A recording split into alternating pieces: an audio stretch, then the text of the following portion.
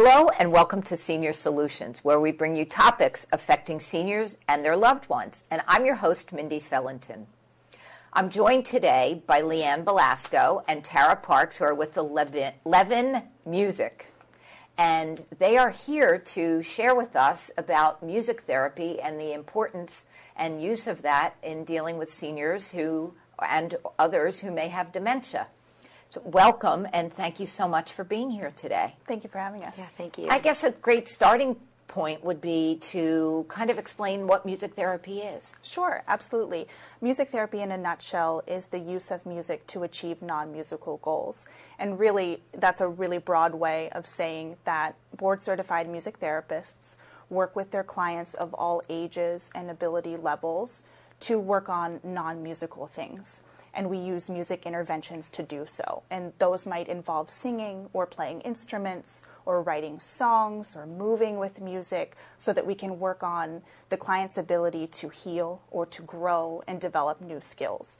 So for a young child with autism spectrum disorder, for instance, playing a drum together might be working on taking turns and sharing, which are foundational skills that lead to critical social skills for everyday life.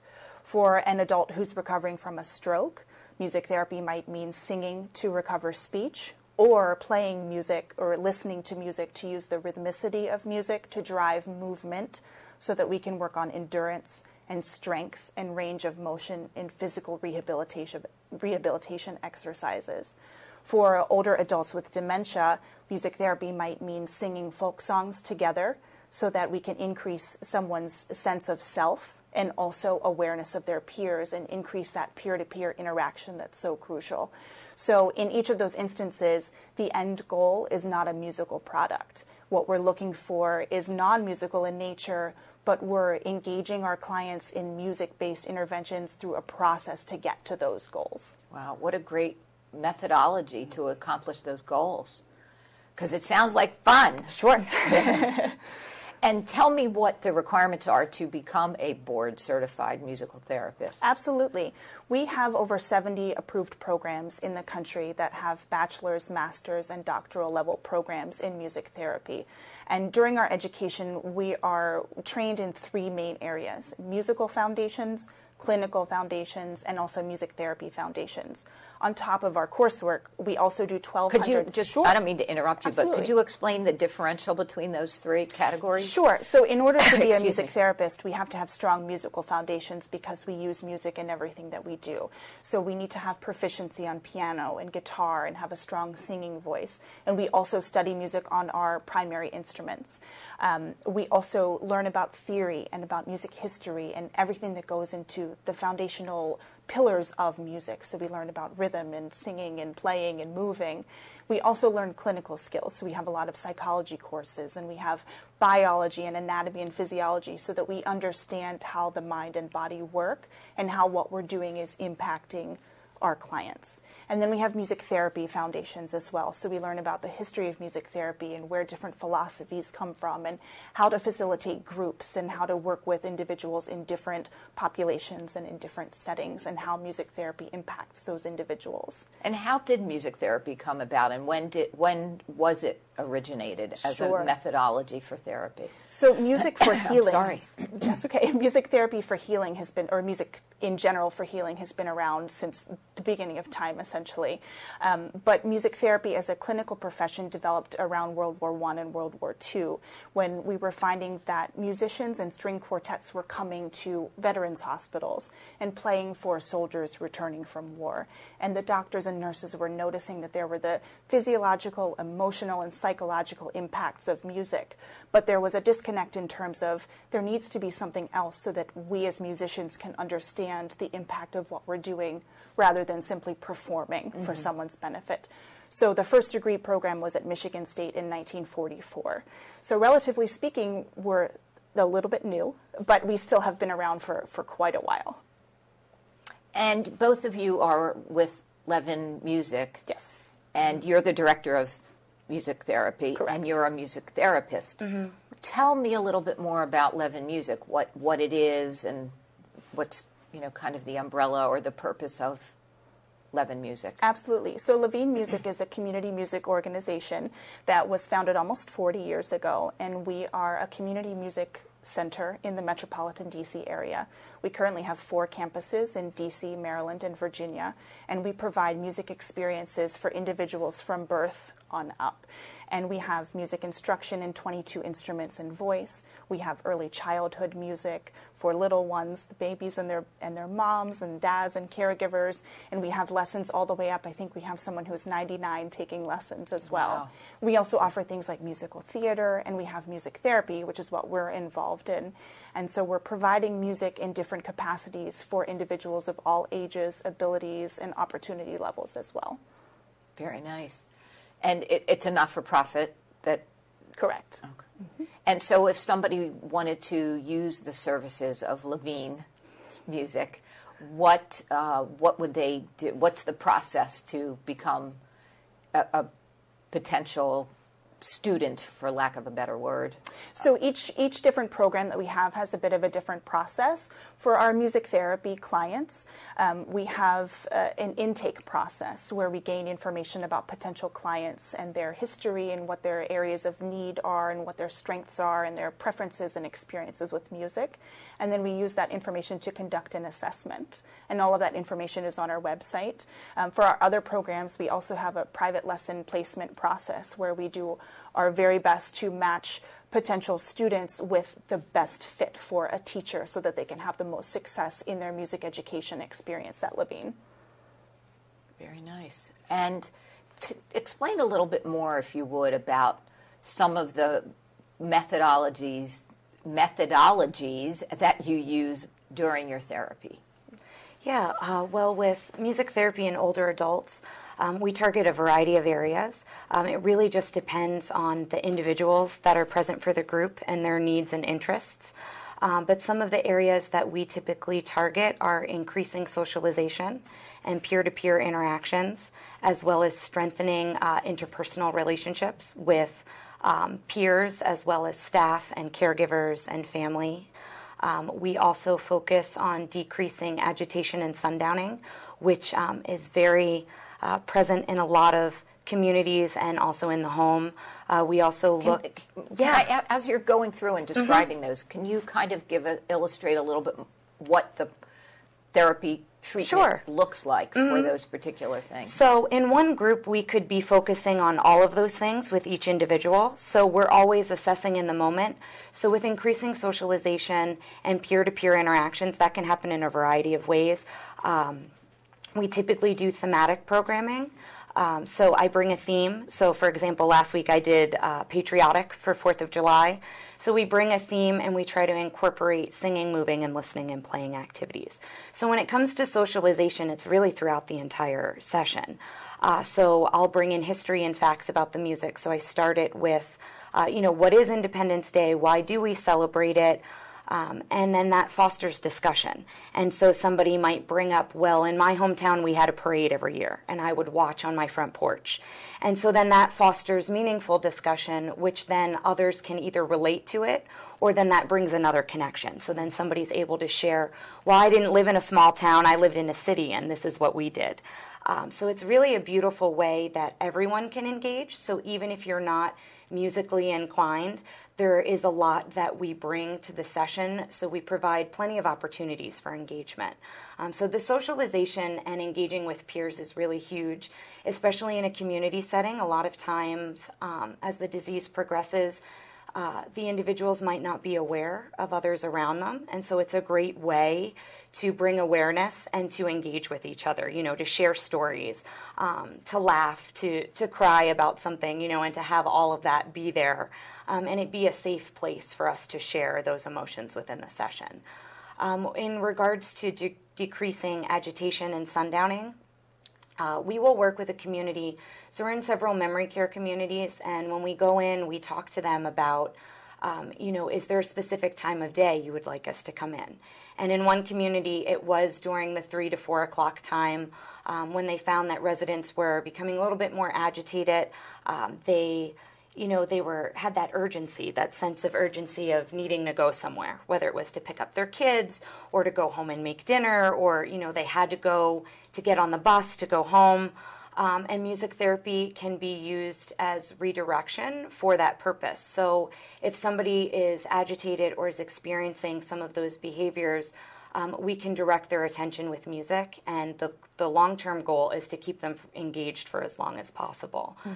So I had one resident, we saw the group weekly, and at the beginning, she started only coming for about the first 5 minutes. She really, had that sense of urgency. She needed to go see her family.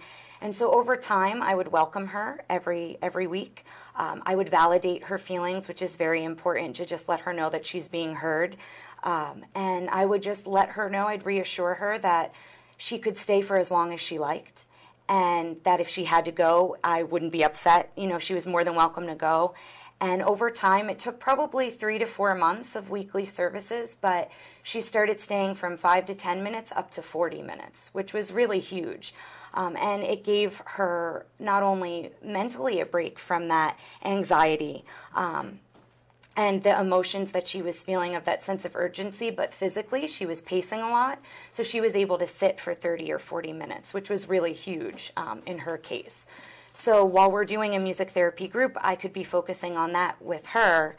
And then with another individual, it could be just getting them engaged with their peers. So it kind of is very different for each individual in the group. It really seems to run the gamut. Yeah. Great. And could you maybe give us another example of somebody you worked with in a senior living environment? Yeah, in this, to kind of give you a little bit of a structure of what we do, like I said, we use more of thematic programming. I've found that in a group setting that it kind of is really cohesive, so to base everything around a theme. So this past week I was at a new community, so it was my first time meeting all the residents at this community, and we did Independence Day. And so some of the songs we shared included the Star Spangled Banner, America the Beautiful, My Country 'Tis of Thee. We shared Yankee Doodle Dandy, This Land Is Your Land, God Bless America. And with each song... I'm ready to sing. Yeah, you can just get going with it. With each song, I also bring history and facts. So I'll share, when a song was written. My Country 'Tis of Thee borrows the theme from God Save the King or God Save the Queen. So the melody is borrowed, but the words have been changed. So I'll share that information. Never knew that. Yeah, so it's new learning. And a lot of times, too, I find that the participants in the group, they come with their knowledge as well. So they'll share, well, I don't know this version, but these are the lyrics I know. And that's a really beautiful thing, because then you can share the lyrics that somebody grew up with, which kind of change, especially in folk music. The lyrics can kind of be adapted a little bit. So with the session for 4th of July, I always start with a greeting song, and it kind of starts the session to get everybody knowing that that's where we're getting ready to go. And then we're also meeting everybody. So for the first time, I'm going around learning everyone's names. They're getting to know me a little bit. And the first song we shared was the Star Spangled Banner. And I had an individual, she was kind of checking out the group, but she, I don't think she was sure if she wanted to stay. And the Star Spangled Banner came, and she stood up and put her hand on her heart, almost instinctively. Wow. So I encouraged her to come up with me, and she stood up with me. I sing and play guitar. She stood up with me and sang along with me with her hand on her heart, and it was a nonverbal direction, and by the end of the song, almost everybody in the group had their hand on their heart. Very nice. So, very nice. Yeah, so that's one of many examples. But. When we come back, we're going to take a short break. I'd like to hear some more of those stories. It's very compelling and touching to do that. So we're going to take a short break, and we'll be right back. Today, 1 out of every 4 American kids is Hispanic. That means many of the future doctors who will care for us, the engineers who will build our cities, the scientists and entrepreneurs of our country can be your kids. We all know how hard it is for you to send them to college. This is why we want you to know you are not alone. And every day, more people support you to make it happen. Many support you. And the Hispanic Scholarship Fund helps you prepare, plan, and pay for your kids' college education. Learn more at hsf.net. Welcome back to Senior Solutions, where we bring you topics affecting seniors and their loved ones. And I'm your host, Mindy Felinton.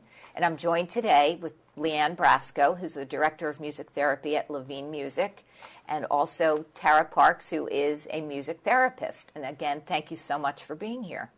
We kind of left off where you were sharing with us some examples, Tara, but Leanne, you have a couple of examples or an example of someone you were working with or witnessed going through the music therapy, and would you tell us a little bit about that experience? Absolutely. So we get a lot of positive feedback from staff and family members when we start providing music therapy at communities, because a lot of times we can discuss what music therapy might be able to do, but some folks need to see it to know what's really happening. In a few instances, we've had just offhand comments of staff saying, I haven't seen Miss Betty smile like that since she was in independent living, and she's been in memory care for 3 years. And we see people start to talk and sing when they haven't said a word to their caregivers in months. And so these little steps are huge. But one thing that came to mind as Tara was talking about patriotic themes, this was another patriotic day, we had a new resident coming to a reminiscence care center, and he had his first night there, and it was rough, and he was very confused. He had been cared for by his spouse, who had become ill and unable to care for him anymore. And it was a rough transition, and it wasn't very positive. And so we started our group, and we had probably 15 people in the group, and it was varying levels of ability and varying stages of dementia. And we had some folks who would sing loudly with me, and some who I would see them tapping their toes just a little bit, but I knew they were still engaged with me. And he was pacing the perimeter of the area of the living room where we were, and very upset still, and this was in the late morning, early afternoon. And I started to sing one of the armed forces, I think the Navy. It must have been the Navy. And so we started to sing Anchors Aweigh, and immediately his posture straightened, and he came marching into the group, and he saluted the whole group and said, reporting for duty, and told us where he was and how long he served, and sang at the top of his lungs. And from that point on, he was a member of our group, and his anxiety and agitation was gone for that hour of time. And every week, he was more familiar and came and joined us faster and faster, and it became a meaningful point of transition for him to feel like he belonged and that there was something that he could relate to in an unfamiliar place. Yeah, beautiful. Beautiful outcome there. And tell me a little bit about how music therapy can help family members and caregivers. Sure. Again, there's a variety of ways. But some of the big areas where it's really beneficial for family members, one in particular is strengthening meaningful relationships and the family bonds. A lot of times, as family members care for a loved one, the relationship changes. You know, their loved one is no longer that person that they knew. And the relationship changes because now they're the caregiver, you know, and that can present itself in a variety of different ways. And so engaging in a music therapy group, I always engage any family members or caregivers that I see in a group setting. I always engage them and encourage them to participate in the group, because they're able to see their loved one for all the abilities they still have. They can still contribute so much, whether it's, like Leanne was saying, tapping their toe along to the music, or engaging in the meaningful discussion during the group, or playing an instrument, or they start singing a song that the loved one or the caregiver didn't even know they knew the words to. And so there's really beautiful examples of that. I had a daughter who was from out of town, who came to visit her mother in one of the community settings that I serve. And she was shocked. Her mother sang along to every song, and I'm used to seeing that. You know, I see that, and I don't know any different. She didn't know her mother knew all of those songs, and the fact that she knew all of the words, not just the chorus, but knew the verses, and she just couldn't get over it. You know, she was so excited. Yeah. And you know, the caregivers and the family, they're able to see their loved one in a different light. Unfortunately, this disease takes so much from their loved ones at times, and so they're able to see that personality that they knew, or they're able to start a new relationship with the person that they've become. And, you know, instead of looking at them as what this disease is taking from them, they can look at what is still there, which is really huge, I think, whether it's a staff member, a caregiver, or a family member. Another area that is really beneficial is using music as relaxation. And this could be both in the community setting but also in the home, both live music and recorded music. So to use recorded music, preferred recorded music in the background during activities of daily living can make it a little bit easier. So if you're helping your loved one bathing, or if you're helping them getting dressed in the morning, if you put on their preferred music, so if it's Frank Sinatra's Fly Me to the Moon, you know, when you start singing along and you encourage your loved one to sing along, it now becomes a more positive environment. So an activity that was challenging, it's not to say that the activity itself still isn't challenging, but the atmosphere changes, and both people can relax and just enjoy in the music, and it'll make that activity go a little bit better for both the caregiver and their loved one. So that's another great example of how music can help. Another area, too, is also fostering a sense of closeness and intimacy, and this is especially important with spouses who are caring for their spouse or their loved one, and again, using either live or recorded music if they are able to dance, to encourage them to dance so they can share that closeness, you know, and have those feelings. Because again, the relationship changes for the spouse. Sure. And if they're not able to dance and stand, if they're in a wheelchair or sitting, even just holding their hands, you know, and swaying to the music and reminiscing, you know, if it's the song that was played at their wedding or if it's a song that was important to them in their relationship, can just bring about a lot. And for those moments, you know, they can kind of forget about the challenges they're facing every day. So those are a couple examples. I would never have thought it would be that helpful from the perspective of the caregivers, but I thank you for sharing that, because it really you're welcome. Is invaluable. Yeah, well, and another one just came to mind, too, that is invaluable when you mentioned that is respite for caregivers. So whether they're taking their loved one to a community group, you know, out there in the community, or if the music therapist is visiting somebody in the home, I also visit individuals in their home as well.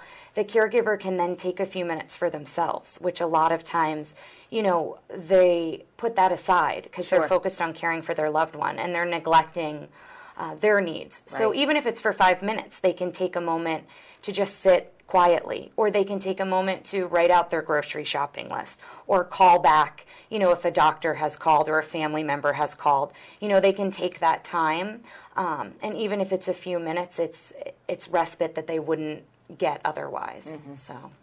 Now, when you're going out to the home and you're going to these communities, just from a perspective of cost, is that something that's on a sliding scale? Do the people pay for that service, or is that part of what you offer in the not-for-profit capacity? Part of what we do at Levine is provide community partnerships with different organizations, and one of the things that we have really worked hard to grow, and because we pride ourselves in the work that we're doing, is to grow our services for older adults. And so what that means is we work with each community to figure out what a program should look like for their residents, and we contract with the actual community, and then they provide the funding for the services as well. And all of what we're doing right now through Levine is group services. So we go into memory care organizations and different assisted living facilities and provide group music therapy, which many times is more cost effective because we can serve a number of individuals at once. Sure. But if you're going into someone's home, for example, how? Yeah, if you're going into the home, unfortunately right now it's mostly private pay. Insurance reimbursement is out there, but it's tagged for very specific goals, and so a lot of it right now with music therapy with older adults is more rehabilitative goals.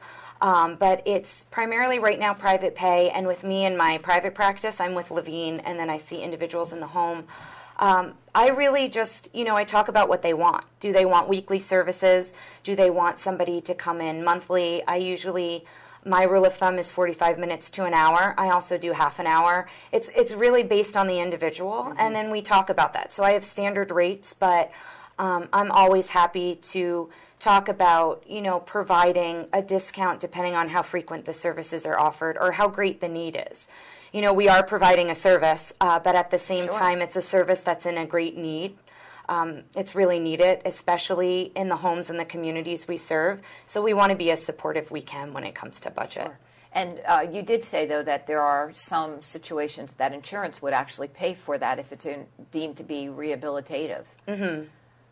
Yes. I don't know if you want to speak more on this. I know that in long-term care communities, sometimes it's very specific rehabilitation goals. What would those be, for example? Some of those could look like, I know with strokes, so if it's helping somebody be able to, get some of their function back, whether that's with their gait, with walking, or some of their strength back. So you're working with a team of therapists at that point. And then so sometimes some money can be given to that. I'll be honest, I've never really used insurance reimbursement. Mm-hmm. And so it's still relatively new when it comes to older adults. I know there are music therapists who are successful and are using it all the time.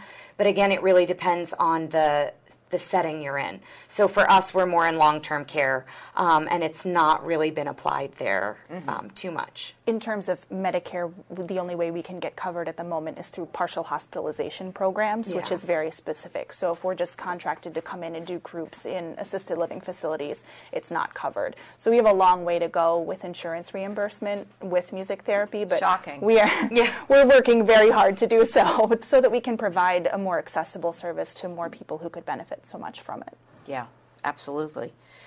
So what are the community resources that are available for adults with dementia and their families? Sure. So the great thing about Levine Music is that we provide a lot of services that meet a lot of needs for a lot of folks. So we are able to provide music at all stages and all ages. So for older adults, we have lessons. As I mentioned, we have older adults who take individual piano lessons and who come and they're 99 and they still come every week or every other week and learn new skills. Phenomenal. We have choirs that older adults can join and sing and work on their breathing and work on their posture and all sorts of good things for health and wellness, but also the social piece in a choir environment. We have a lot of concerts, master classes, and events that people are welcome to come to from the community.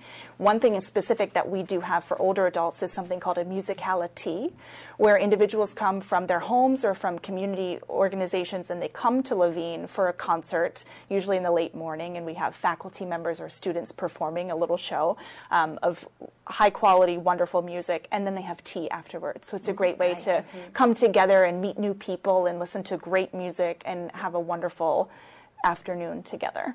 Very nice. And why would you say that music is so important for the overall general population? That is such a great question and so important, especially now. As our baby boomers are aging, we are going to have a huge explosion in our older adult population. And so the need for aging in place and the need for health and wellness and the need for non-pharmacological interventions is going to be very crucial in order to serve these individuals to the best of our ability. And music is a great way to do so, whether it's lessons, concerts, music therapy sessions. We don't need a level of cognitive functioning to respond to music. And so we can reach all of those ages and every stage. Great. And if somebody wants to get in touch with you, how would they do that? Absolutely. So our website is levinemusic.org, and we have all of the information about all of our programming there, and music therapy specifically, and also our education department and our community outreach programs. Great. Well, thank you very much for being here today. I found it very informative. Thank you for having us. An exciting program. Thank you. If you have a topic that you'd like to see on Senior Solutions, please feel free to email me at seniorsolutionsTV@gmail.com. Otherwise, we'll see you next time.